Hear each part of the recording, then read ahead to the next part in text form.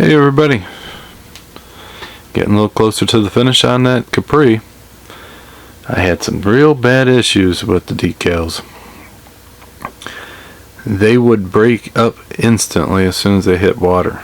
So I had to do a little research because I've never had decals break up like that before, and look for a reason on how to fix them. And so I found out a way where you cut them all out. You spray them with some clear, and then you can use them that way. So I did that. It helped out a lot, but I'm sure you guys can see there's a lot of cracks around. It's very upsetting when you get a model and you're putting a lot of detail in it, and then you go to put the decals on and then they just fracture like hell. I mean, it was like trying to touch a leaf that was sitting for 12 years. I mean, they just cracked instantly. And then when you looked at the sheet, like, here's what's left on the sheet.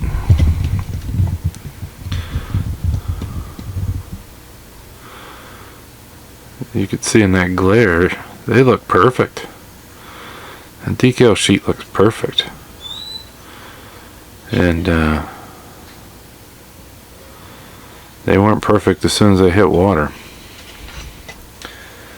So you can't win them all, I guess. So what I'm going to do is I still got to put one more decal on here. I have to spray with clear. I missed it because it was a white decal, and it's the numbers that actually goes over here.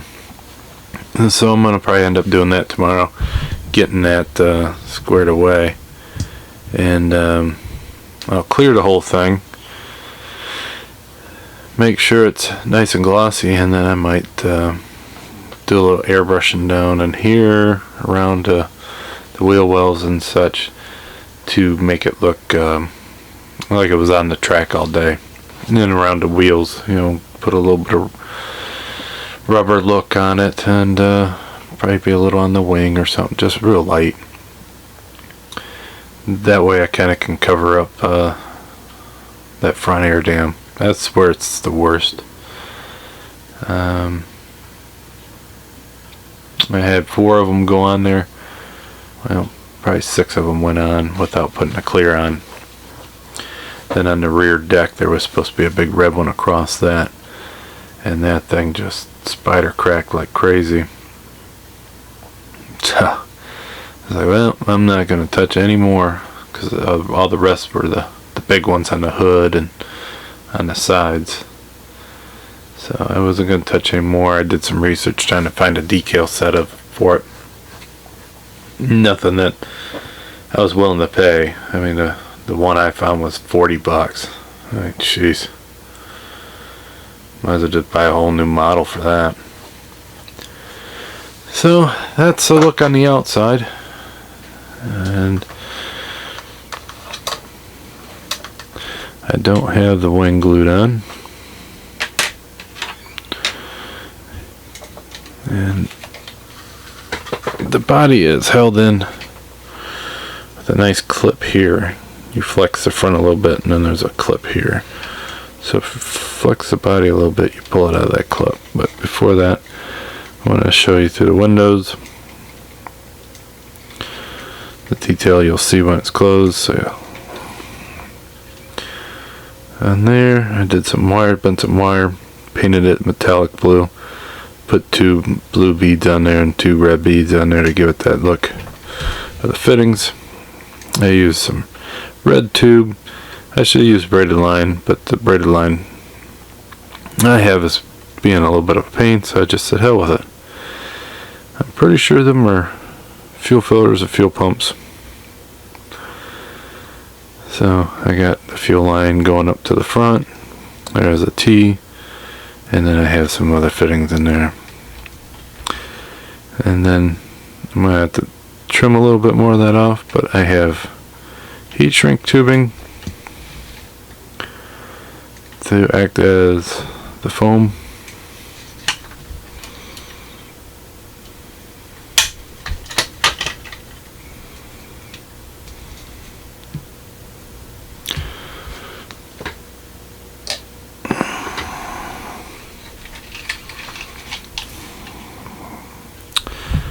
But since last time, I did run some wires. So I got wires at both of them. I did the Mod Podge trick. I did in the other builds. One of my resin batteries. I got it wired.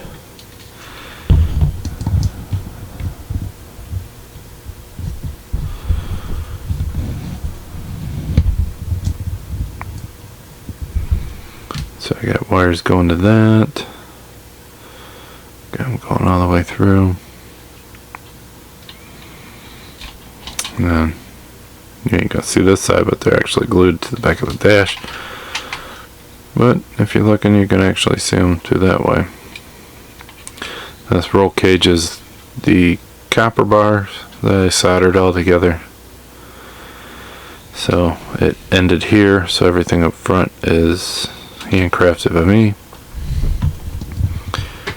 Still haven't finished the seat belts, but I do have the seat belts in. They're glued down there. What I did was put some masking tape on some tin foil, cut it to size, and then some flat black paint. The foil gives it enough kind of a flex. As you can see, that stuff's kind of lifted up and bent. This one I gotta put some adjusters on the top, and I'm not going to use any bare metal foil on this one, so I'm going to save that kit for another build. I'll probably end up making something out of wire. There's a better look at the foam boards, I would call it, or try to make it look like it's zip tied. That one right in the center and that one there, I'm going to have to trim it a little bit better. They look a little crappy through the side glass. So, but there's the look at that. So, it's getting there. I still have to sand the tires. So, probably tomorrow I'll end up clearing that body. It'll be a little bit closer. Little insight on another one of my projects. I keep trying to learn how to do resin molding, and it's kind of a challenge. Some people make it look so easy. This is my mold for the tractor. So, like, I got the hood. The first one came out was really bad. This one actually came out pretty good. This was the first attempt on a body. One of the foot pads broke off, but the second one was real brittle, so I don't know. And here's two gearboxes. I think that's supposed to be a starter. Got two tires. Tires came out pretty good.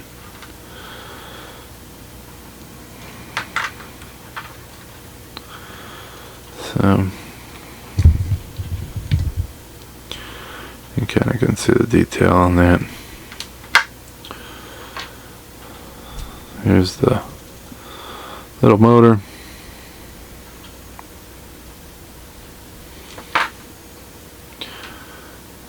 And the seat. The frame. I had to modify the mold quite a bit to get that frame that good. A lot of cleanup on that.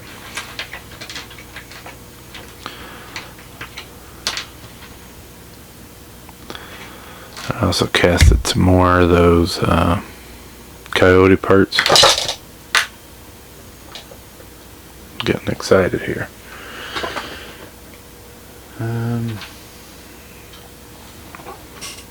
Maybe one take on the grill of the mower. There's one of the first seat. See how it's got like a chunk taken out. You almost can make it so it looks like mold, or not mold, foam. Fill a little bit of Mellopud in there. You can make it look like the foam is ripped off.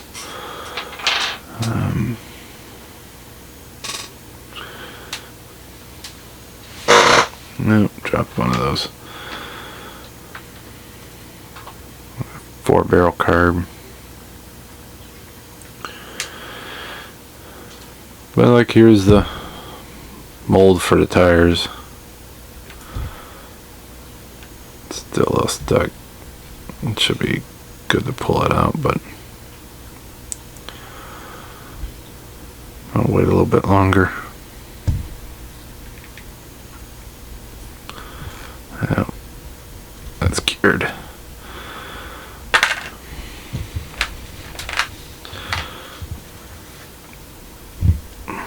Let's see, you got that plug, so I cut that off, and that would be just the bottom.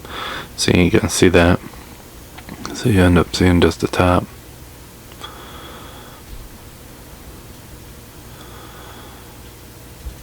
But them tires are working out alright.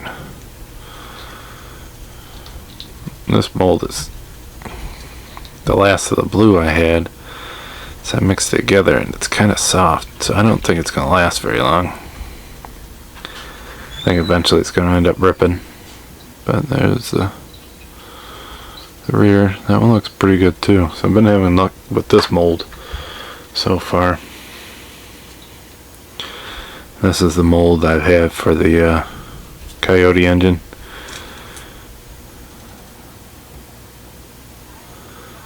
That one looks pretty good. There's an electric radiator. Not too bad. Some valve covers. My last, and there's the engine front and then another valve cover. My last resin, I waited too long to get molding on it, and the shelf life it separated and all that. But I found a new one out that it's not a fortune. That other stuff was always a fortune. The new stuff I got is a slow set, and it's only 20 bucks for a good sized jug.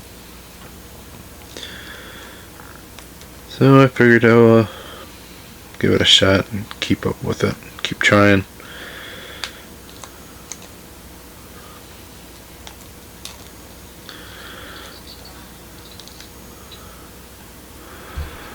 Here's a air box.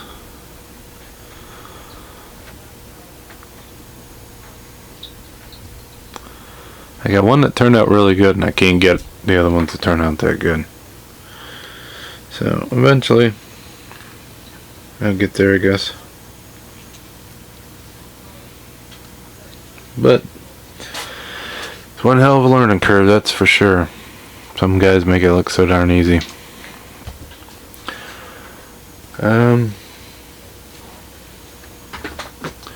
Another cool thing I got going on. This was a M6 anti-tank vehicle that I'm working on. That's the Artillery brand. Well, that didn't stay on there very long. That was glued down.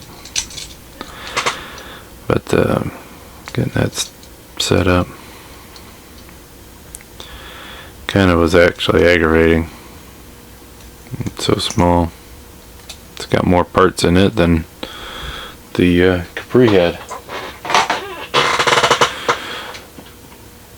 But I also had a pretty interesting day today. We had a project where I had to go to the landfill for work, something that I normally don't do.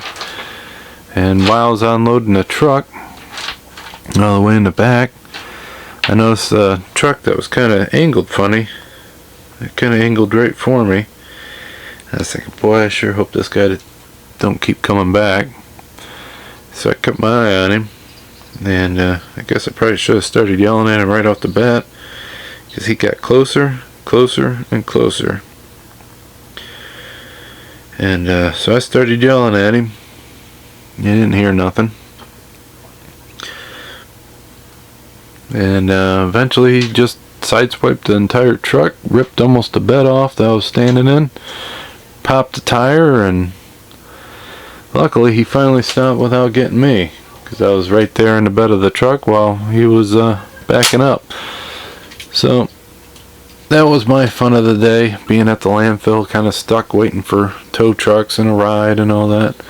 But luckily I got out of that mess and got to come home and live another day. So if you guys have a good one, stay safe, watch your back at the junkyard. I think that'll be the last time I end up going there. So once in a lifetime experience, that's good enough for me. So hopefully you guys are having a good one. Hopefully I can get this car fixed, because I don't know if you guys can see it that well in that camera lens. That's driving me nuts. I hate it. But I ain't giving up. There might be a way to fix it. So until next time, I'll talk to you guys then. Bye.